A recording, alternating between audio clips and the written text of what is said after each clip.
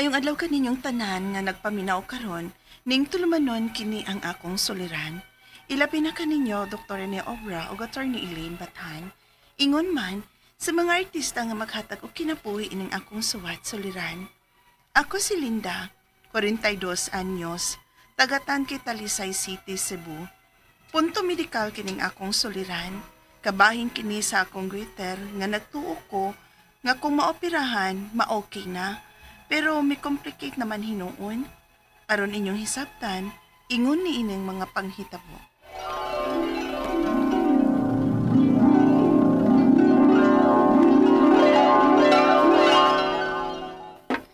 Dali na mo, mga una!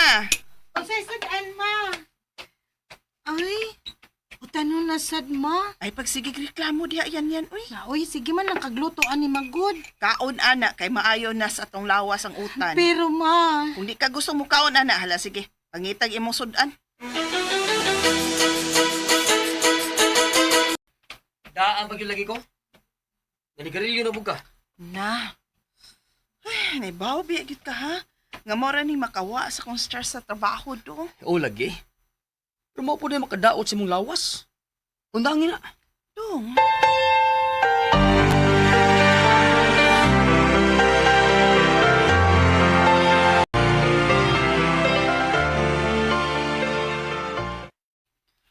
Okay, class. Kadit ha. Kopyahan na lang sa ani ninyo. Unya na lang sa tamag discuss. Basig na unsa na ng tutunlan ni mo ha? Tungod sa pagsigi na panigarilyo. Di sad siguro eh. Nga naman ka? Maglisod mo kog ton sa pagkaon to.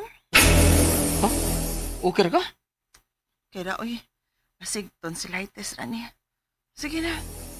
Tiwas na tagkaon kay may tiwason pa kong trabaho.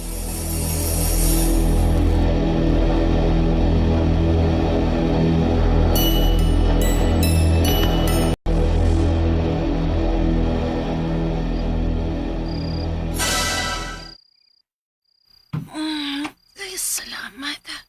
Magkahigda na gyud.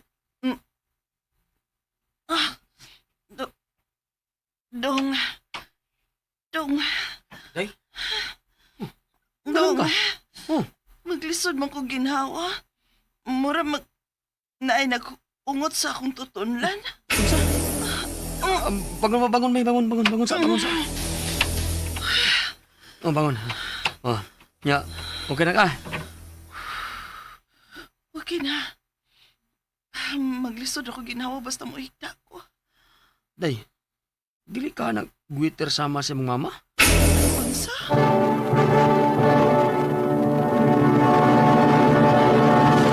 Recorded by X Thunder Gaming.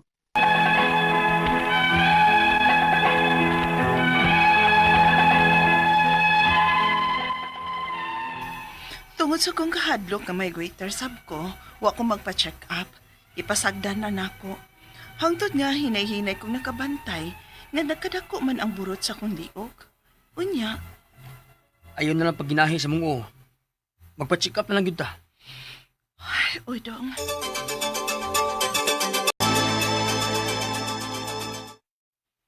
Unsa? Oo, Greater, dok? yes. Ug usa sa nakaingon ani kay tungod sa imong mga kinaon. May hisgot pa na imong banagod nga sige kakaon og cabbage o broccoli. Wala nakaingon nga doon na kay iodine deficiency. Ingon man ka ng imong pagpanigarilyo. Dok, Ug kinahanglan ka nga mo undergo kag mga lab test. Aron nga mahibaw-an nato kung may thyroid cancer ka ba. cancer? Kung naa na, dok? O operahan ka ma'am. Aron nga di na ka maglisod sa pagginhawa ug sa imong pagtuon. Dok, Hmm. sige, dok. Magpaabot lang ko sa resulta. Aron mahibaw-an ako kung unsay angay na itong buhaton.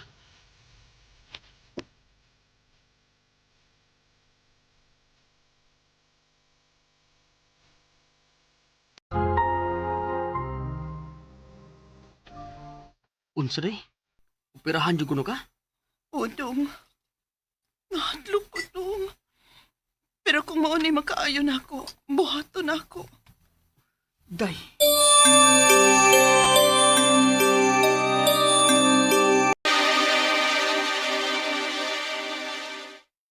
Salamat taon kay okay ra gyud ka human sa operasyon, ma. Nak, Ma, okay ra ka? naman akong pamati, day. Ha? Nag-cramps ang akong kamot og tiil. Ha? Ako ino si Papa nga dadon kag balik sa ospital na.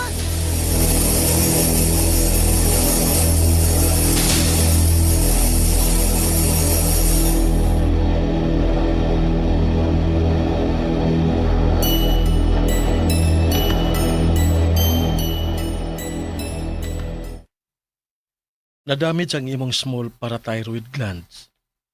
Kada bitawng naa sa luyo sa imong thyroid, nga mao'y mag-regulate sa imong calcium level sa imong dugo.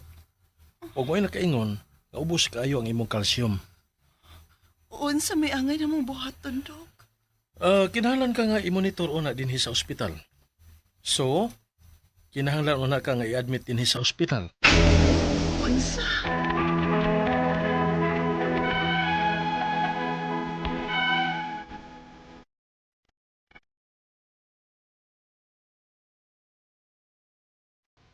Paspas kayo ang tubo sa kong goiter. Pero human sa operasyon, nagtuo ko nga okay na. Pero may lain pa man di ang problema. Tungod kay dili ko gustong magdugay sa ospital, may perma ko og waiver aron ma-discharge ko. Ang ako mga pangutana mao kining mosunod. Unang pangutana, usa ko no sa nakaingon sa akong sakit kay ang pagkaon ako og utanon sama sa cabbage o broccoli. Karon nga human ako maoperahan, unsay angay na kong kanon o unsay dili pwede. Ikaduhang pangutana, parehas may og symptoms sa akong mama nga dunay goiter, pero wa man siya operahi. Pero namatay siya sa heart failure. Doon na ba di ay lain-lain klase sa goiter? Ikatulong pangutana, nagpa-discharge na ko sa ospital o kami-kami sa akong bana mo ay nagmonitor sa akong gibati. Kung dili ko matambalan, o padayon ra ko mo inom sa resita nila nga vitamin D, posible ba nga wa ray laing complications? Ikaapat og katapusan, naghunahon na mi nga basin og nakuha ni nako ang maong sakit sa akong mama nga doon na sa goiter. Hereditary ba sabda ining maong sakit? Palihog, tabangi og tambagi ko, kini ang akong soliran. Linda.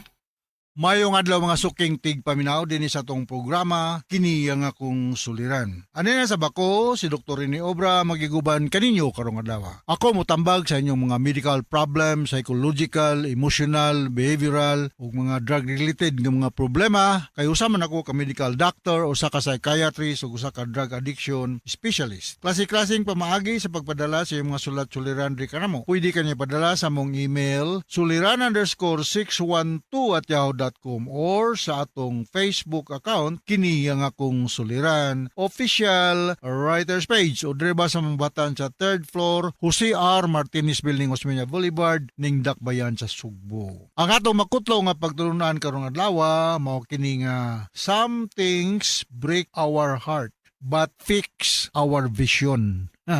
Malagay mga magkahugno sa kasing-kasing pero makapaayo sa atong pananaw panglantaw sa kinabuhi, no? Di man gyud na tanan gyud nga makahitabo sa atong kinabuhi nga happy ta, na uban nga lagi na madismaya ka, madiscourage ka, binagyog na ay mga kakulian, no? Pero learning is lifetime, no? Say mo salig ka sa katao pero questionable day ang kredibilidad sa mong tao, mong kasaligan. Labi na yung kwarta, porbida. Alright, so padayon sa atong gisigutan, no? Ang atong magtatampo si Linda, 42 years old, taga Tangki, Talisay. Talisay na sad, no? Musta naman dahil mga taga Talisay. Bago lang ko diya, no? Akong balikon. Momoy Empasis, Arlene, Sili, salamat kayo sa inyong gihatag nga saging nako. Lingaw kay kong kaon kay nindot kay pagkahinog kay hinog sa punuan, no? Dili kay kanang bitanugan nga lahi lami og ngadto ni Roger Aligarbes dai taga diha man ni sa Talisay siya og si Nora Husayan na mayong pagpaminaw niyo diha sa Talisay City no. Sahay baya kay mangaon baya media sa Tangke Talisay, diya sa Tangke bra dapis dagat. Oh, kami ni Janet Sutis, mi Dadilo. Nindot kaniyang litson diya. So mga taga Talisay, regards. Og I do not know kung sa butoy birthday ni Lulong Bantila no. Happy birthday ni Lulong. Naot mga mulastag 1,000 years. Okay, so going back to our sender si Linda nga taga Tangke Talisay. Punto medikal ang problema ni Linda. Unang pangutana, paspas kayo ang tubo sa akong gwiter. Maong kumpiyansa ra kaayo ko ug nagtuo ko nga human sa operasyon maoki na. Pero may lain na po di ayong problema. Pero tungod kay dili ko gustong magdugay sa ospital, ni pirma ko og waiver aron ma-discharge. So, well, imo tong decision na Len nga mo go home against medical advice ka, no? So, ang doktor mo pirma raman pod, dili man ta makapugos pod, especially kung ang naay nunta concern about financial, no? Or trust.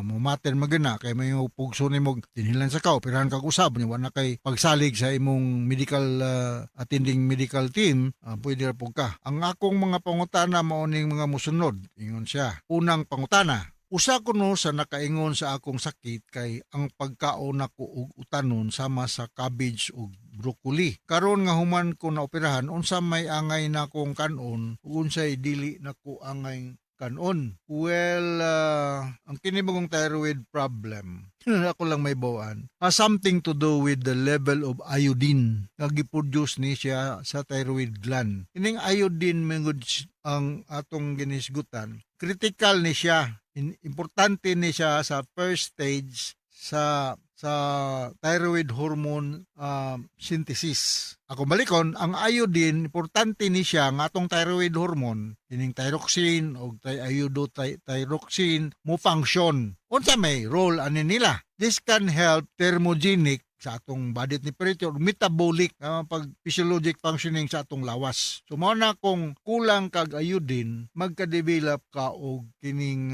thyroid enlargement, no? May mga simptoma ani, dali ka kapuyon, uga ang imong panit, nya murag kag mag-feeling nimo murag bugnaw nga di ka kasabot, no?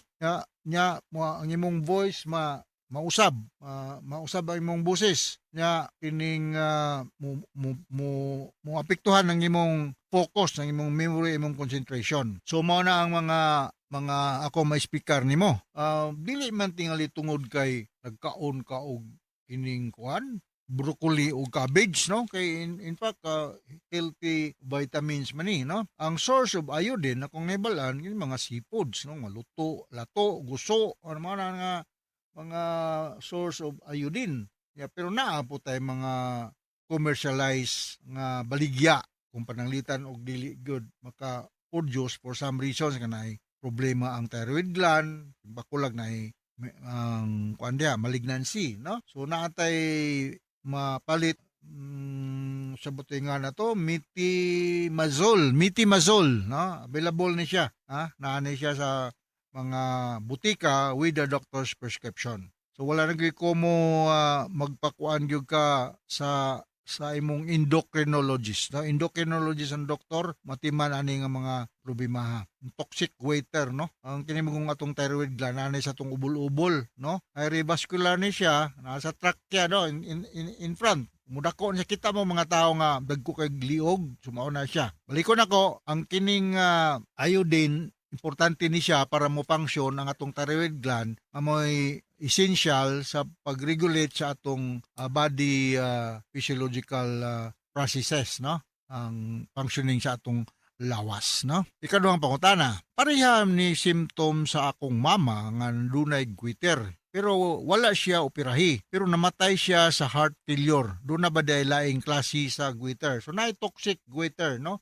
Nasa'y inuntag malignant goiter, nasa'y benign goiter. Ngayon kaya tag benign, meaning dili siya cancerous. Ngayon tag malignant, meaning cancerous siya. no? Ingon tag toxic goiter mo na term nila nga sa balilaing term ano kung mayumduman murag Graves disease nga to sa mga estudyante na minaw to karon ha. Graves disease or Hashimoto's disease. This refers to goiter problem or thyroid problem. Kung namatay siya og heart attack, it could be one of the complications sa kini mga tong lawas mo ring makina kung nay mo malfunction somewhere, it will goes without saying ang uban pong mga parte sa tong lawas mo malfunction po. Alright, sunod nga pangutana. Nagpa-discharge na ko sa ospital o kami ra sa akong bana maoy nag-monitor sa akong gibati. Kung dili ko mapatambal o padayon kung inom sa girsita nila nga vitamin D, posible ba nga wala ray laing komplikasyon? So, wanagoy ko mo gyud nga magpa-monitor lang gyud ka Linda, no? Sa imong kondisyon kay naharman bitaw ka sa Talisay naada sa Dr. Agos ay sa Cebu South Medical Center ing na lang doc gi-refer ko ni Dr. Rene Obra amigo mi Dr. Agos ang medical director niya tabawagi ko ning akong goiter problem. We have so many specialists diya sa atong Cebu South Medical Center amutanaw no kay kuan man na government hospital man na siya. Ug ganahan kag dili ka mo linya, we have so many private practicing nga mga endocrinologists pero mao lagi na mo charge po ni sila og ilang professional fee no mo charge gyud kay sama po pag maintain sa status sa kadoktor og dili mo charge. Sunod nga pangutana, naghuna-una miss nga basin og nakuha ni nako sa sakit sa akong mama nga duna sa goiter. Hereditary basad ning akong sakit I cannot say hereditary no ang kuan ani is iodine deficiency pero naapot tay inontag genetic loading to some extent pero dili ko kay elaborate ni ana no kung parehar gud pod og liver problem na bay mga pamilya nga halos silang tanan kasakit kid og liver problem apoy pamilya nga halos silang tanan kasakit kid og heart problem so we cannot totally rule out nga naay genetic loading po ning goiter nga or thyroid problem so laboratory workup kinahanglan nga endocrinologist ang mo follow up nimo kay mo ni ilang expertise og proper compliance to whatever medications ilang i-prescribe. So inaw ta kasabot ka sa kung speaker nimo Len diha sa Tangki Talisay ug ngadto sa libuan millions nga naminaw sa tong programa kini akong suliran. Once again ako si Dr. Rene Obra. Thank you very much sa inyong makanunayong pagpaminaw tas tag-greeting din sa atong lugar. So from all of us here sa Radio Mindanao Network Production Center, Radio Mo Nationwide Tatak Armen. Daghang salamat ug maayong adlaw.